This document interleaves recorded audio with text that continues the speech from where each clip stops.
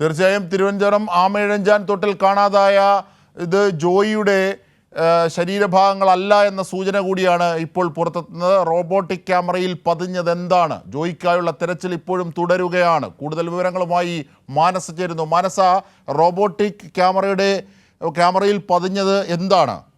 ജോയിക്കായുള്ള തെരച്ചിൽ ഏത് ഘട്ടം വരെയായി?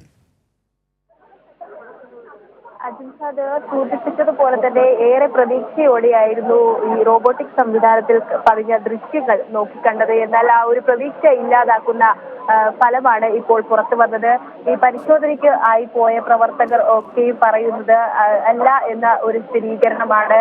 അത്തരം ഒരു ദൃശ്യം ചെറിയൊരു സൂചന മാത്രമായിരുന്നു എന്ന് നേരത്തെയും വ്യക്തമാക്കിയിരുന്നു. എങ്കിൽ കൂടിയും അതിൽ വലിയ രീതിയിലുള്ള പ്രതീക്ഷയാണ് ഈ കേരളം നോക്കിക്കണ്ടത്. എങ്കിൽ കൂടിയും ആ ഒരു പ്രതീക്ഷയും ഇപ്പോൾ അവസാന നിമിഷത്തിൽ ഇല്ലാതായി എന്ന് തന്നെ വേണം പറയാൻ.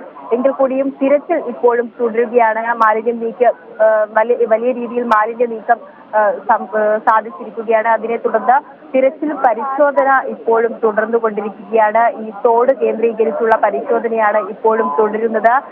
ഏതായാലും പ്രവർത്തകരൊക്കെയും ഇപ്പോഴും ഈ ആമയിഴഞ്ചാൻ തോടിന്റെ ഈ ഒരു റെയിൽവേ സ്റ്റേഷൻ ഭാഗത്ത് തന്നെ തോട്ടിലിറങ്ങി പരിശോധന നടത്തിക്കൊണ്ടിരിക്കുകയാണ്.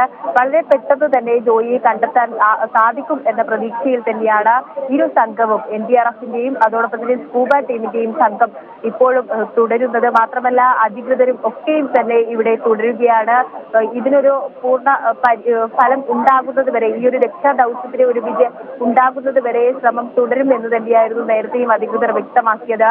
ഏതായാലും അവസാന നിമിഷത്തിൽ റെയിൽവേ കൂടി സഹകരിച്ചതോടെ വലിയ രീതിയിലുള്ള ഒരു ഫലം തന്നെ ഉണ്ടാകും, അല്ലെങ്കിൽ വലിയ രീതിയിലുള്ള ഒരു പ്രവർത്തനം തന്നെ ഉണ്ടാകുമെന്ന് തന്നെയാണ് പ്രതീക്ഷിക്കുന്നത്. കാരണം മാലിന്യ തടസ്സമായിരുന്നു പ്രധാന പ്രതിസന്ധി.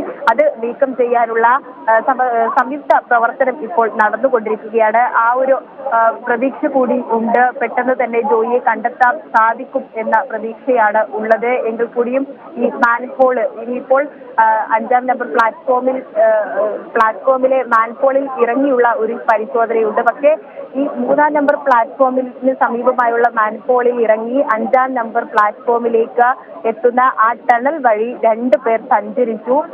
വളരെ നല്ല രീതിയിൽ തന്നെ അവിടെ മാലിന്യം നിറഞ്ഞു നിൽക്കുകയാണ്. അതുകൊണ്ട് ഒന്നും തന്നെ കാണാൻ സാധിക്കുന്നില്ല, അങ്ങോട്ടേക്ക് പോകാനേ സാധിക്കില്ല. 30 മീറ്ററോളം അവർ കഷ്ടിച്ചു സഞ്ചരിച്ചു എന്നാണ് അവർ അറിയിച്ചത്. അതുകൊണ്ട് തന്നെ ഈ മാലിന്യ പ്രതിസന്ധിയിൽ ഒരു പരിഹാരം ഉണ്ടാകാതെ മാൻഹോളിൽ ഇറങ്ങിയുള്ള ഒരു പരിശോധന ഇപ്പോൾ നിലവിൽ സാധ്യമല്ല എന്ന് തന്നെയാണ് കരുതുന്നത്. അതുകൊണ്ട് തന്നെ എല്ലാ സംഘവും ഇപ്പോൾ ഈ ഒരു സൂചനയും കൂടി ലഭിച്ചതിന്റെ തുടർന്ന് എല്ലാ സംഘവും ഇപ്പോൾ ഈ റെയിൽവേ സ്റ്റേഷനോട് ചേർന്നുള്ള ഈ ആമയിഴഞ്ചാൻ തോട് ഭാഗത്താണ് ഉള്ളത്. വീണ്ടും പരിശോധന ഈ തോട് കേന്ദ്രീകരിച്ച് നടക്കുകയാണ്.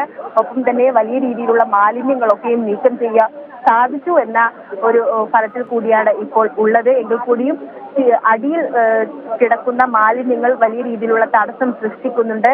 എന്നാൽ പോലും അവർ പിന്മാറാതെ ഈ പരിശ്രമം തുടർന്നുകൊണ്ടേയിരിക്കുകയാണ്. തിരച്ചിൽ തുടർന്നുകൊണ്ടേയിരിക്കുകയാണ്.